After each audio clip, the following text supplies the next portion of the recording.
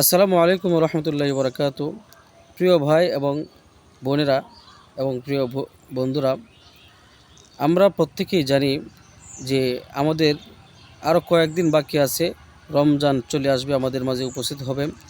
তো আমাদের প্রত্যেকটা প্রাপ্তবয়স্ক, স্বাধীন, বালেগ এবং আকেল এদের উপর রমজানের রোজাটা ফরজ। কেননা আল্লাহ তাআলা পবিত্র কোরআনে বলেন, আউযু বিল্লাহি মিনাশ শাইতানির রাজিম, বিসমিল্লাহির রহমানির রহিম, ইয়া আইয়ুহাল্লাযীনা আমানু কুতিবা আলাইকুমুস সিয়ামু কামা কুতিবা আলাল্লাযীনা মিন ক্বাবলিকুম লাআল্লাকুম তাত্তাকুন। সেই আয়াতটির অর্থ হলো যে আল্লাহ তাআলা বলেন যে, হে ঈমানদারগণেরা, তোমাদের উপর রমজানের রোজা ফরজ করে দেওয়া হয়েছে, যেরকমভাবে তোমাদের পূর্ববর্তী মানুষদের উপর রমজানের রোজা ফরজ ছিল, সেরকমভাবে তোমাদের উপর রমজানের রোজাটা ফরজ করে দেওয়া হয়েছে।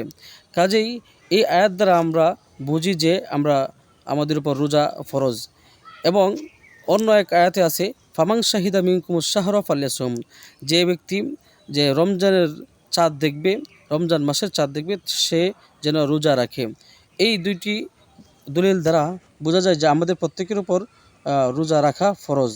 এবং রাসূলুল্লাহ সাল্লাল্লাহু আলাইহি ওয়াসাল্লাম শাবান মাস আসলে যে কাজটি করতেন, সেই কাজটি হলো যে রাসূলুল্লাহ সাল্লাল্লাহু আলাইহি ওয়াসাল্লাম শাবান মাসটাকে বেশি বেশি গণনা করতেন, এবং এত পরিমাণ গণনা করতেন যে এই মাসের দিনগুলো মতো অন্যান্য মাসের দিনগুলোতে গণনা করতেন না।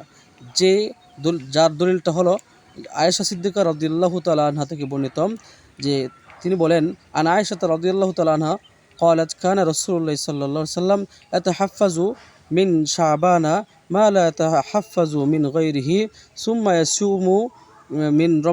يصوم رؤيته رمضان فإن غم عليه عد 30 يوما রাওয়াহু আবু দাউদ।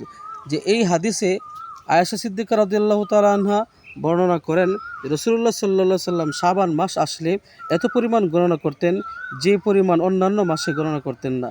তারপরে তিনি রমজানের রোজা রাখতেন। যদি দিনগুলোতে মেঘাচ্ছন্ন দেখা যেত, যে শাবান মাসের লাস্ট দিনে যদি মেঘাচ্ছন্ন দেখা যেত, তাহলে রাসূলুল্লাহ সাল্লাল্লাহু আলাইহি সাল্লাম শাবান মাসকে 30 দিন পূর্ণ করতেন। এই হাদিসটা আবু দাউদ শরীফে আছে, আপনারা চাইলে দেখতে পারেন। তো এই হাদিস দ্বারা বোঝা যায় যে রাসূলুল্লাহ সাল্লাল্লাহু আলাইহি সাল্লাম রমজানটা পাওয়ার জন্য, রমজান মাস পুরোপুরি পাওয়ার জন্য শাবান মাসকে খুবই গুরুত্ব দিতেন। কাজেই আমাদের মাঝে যেহেতু এখনও শাবান রয়েছে, আমরাও শাবান মাসগুলোকে ভালো করে গণনা করি, যেন আমাদের মাঝ থেকে রমজানের একটা দিনও যাতে বাদ পড়ে না যায়। প্রিয় বন্ধুরা, আমাদের প্রত্যেকটা বিধান এবং প্রত্যেকটা হুকুম এবং বিধান আল্লাহ তাআলা এবং তার রসুলের মাধ্যমে জানিয়ে দেওয়া হয়েছে, এবং সেই বিষয়গুলো, সেই হুকুমগুলো অনেক অনেক গুরুত্বপূর্ণ এবং অনেক অনেক সঠিক।